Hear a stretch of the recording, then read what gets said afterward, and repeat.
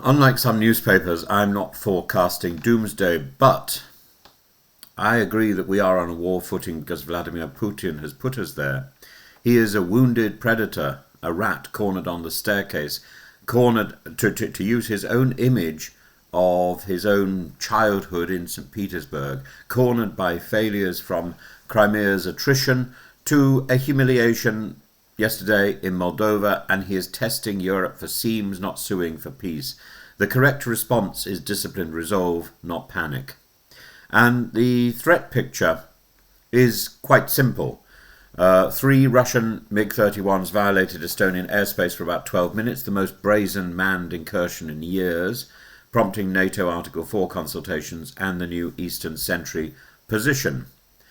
And unidentified drones disrupted Danish air operations and entered Polish airspace in numbers, triggering airport closures and interceptions, a cheap way for Moscow to stress Western decision-making. These aren't accidents. There's too many of them. EU leaders in Copenhagen are now debating a continent-wide drone wall, a network of sensors, jammers and interceptors, while Ukraine begins sharing its battlefield drone expertise with Denmark. Putin has signed the decree for 135,000 man autumn conscription cycle, routine on paper but politically telling during a grinding war, with more people conscripted this year than before. The UN Special Rapporteur has documented widespread torture practices by Russian forces, particularly the electric shock methods using an battlefield telephone, colloquially called a call to Putin, reinforcing that this is state policy, not aberration. The bottom line here is the war is already touching European skies and networks, and the threshold is being probed to see what we will tolerate. Moscow's strategic aim is to destroy Ukrainian sovereignty, and that really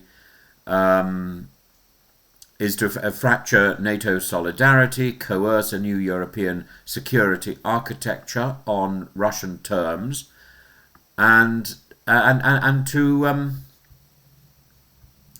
escalate probes. Escalatory probes arrive now because the Kremlin judges the United States distracted and Europe still coordinating its rearmament. That reading is not irrational, which is precisely why Europe must close the gaps. A fixed belt of sensors and interceptors along the eastern frontier is useful against over-border flights, yet insufficient against locally launched or maritime launched drones, which can bypass a linear architecture and appear inside our depth. It must therefore be a mesh, not a line, mobile, layered and tied to rapid attribution. EU leaders are discussing exactly that, but a speed of fielding is test.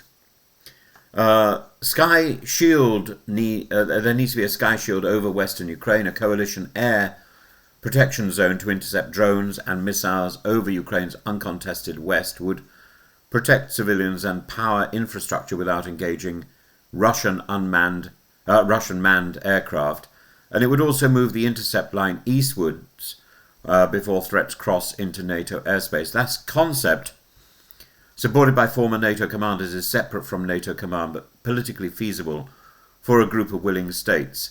As NATO's Secretary General has put it, we cannot keep firing €1,000,000 missiles at €1,000 drones. Europe must mass-produce cheap interceptors that close this cost curve. Ukraine's drone warfare, that learning curve is the sharpest in the world. Bring Ukrainian engineers into European plants now. Denmark and Romania are already moving in this direction, so the drone wall is stocked with systems that have real combat pedigree, and we need to start producing drones. The cottage industry approach of Ukraine needs to be taken up by Europe. We are already in what intelligence professionals call a hybrid conflict. Airspace violations, cyber operations, sabotage risks, disinformation, and coercive energy policy. Moldova is instructive. Despite gas, blackmail, and information attacks, voters again backed a pro-EU majority, signalling that Russian leverage is not what it was. That is both a humiliation for the Kremlin and a reminder that resilience works. And the UK's role is about concrete tasks, not slogans. We need to have better air policing. Our RAF Typhoons and NATO AWACS under Eastern Sentry should be paired with dedicated counter-UAS packages at threatened airports, ports, refineries and subsea nodes in the North Sea. Exercises must rehearse drone origin scenarios from ships and domestic safe houses, not just cross-border flights. We need to accelerate procurement of low-cost intercept drones and ground-based effectors and integrate them with civil aviation radars where feasible. The goal is coverage density, not exquisite silver bullets. London should help lead a Sky Shield coalition over Western Ukraine, mirroring April's UK, US, French interception of Iranian missiles over Israel in principle, but tailored to drones and cruise missiles over Ukraine's west. Political risk exists, and strategic risk of inaction is higher. We need to work with NATO and the EU to establish rapid, forensically solid attributions after each incursion. Deterrence is stronger when the public see the pattern, not just the headlines. Helpful legal scaffolding already exists, and we need to back the UN torture docket with targeted sanctions tied to named units and commanders. This is not just symbolism, it constrains travel, finance and procurement pathways for predators. We know Russia tortures people, we need to stop that. We should say plainly that manned violations of Allied airspace, not brief ambiguous boundary scrapes, but deliberate penetrations, risk immediate intercept and forceful measures up to and including a shoot-down, as some European leaders have now signalled. That is not escalation for its own sake, it is restoring the price of transgression. Eastern Sentry's visible presence is the reminder. Cornered rats bite. Putin's recent choices, bigger conscription, more probes, harsher repression, signals both weakness and danger. He remains an adversary who will test the fence for the loose post. Our task is to tighten the fence. Layered air defence, forward protection over Ukraine, relentless attribution, industrial mobilisation with Ukrainian know-how and political unity. This is not Ukraine's war alone, it's Europe's security test.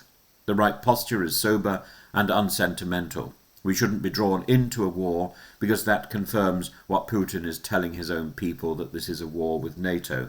The moment NATO gets involved, Putin can shrug and say, well, I told you so. So we must stop that possible scenario. But we must protect civilians, harden infrastructure, shift the economics of interception and push the flight, and push the interception of drones so that the fight space itself is moved eastward without swagger. That is how you handle a wounded predator, with steady hands, not shaking hands. Mr. Putin must be met with resolve and with calm.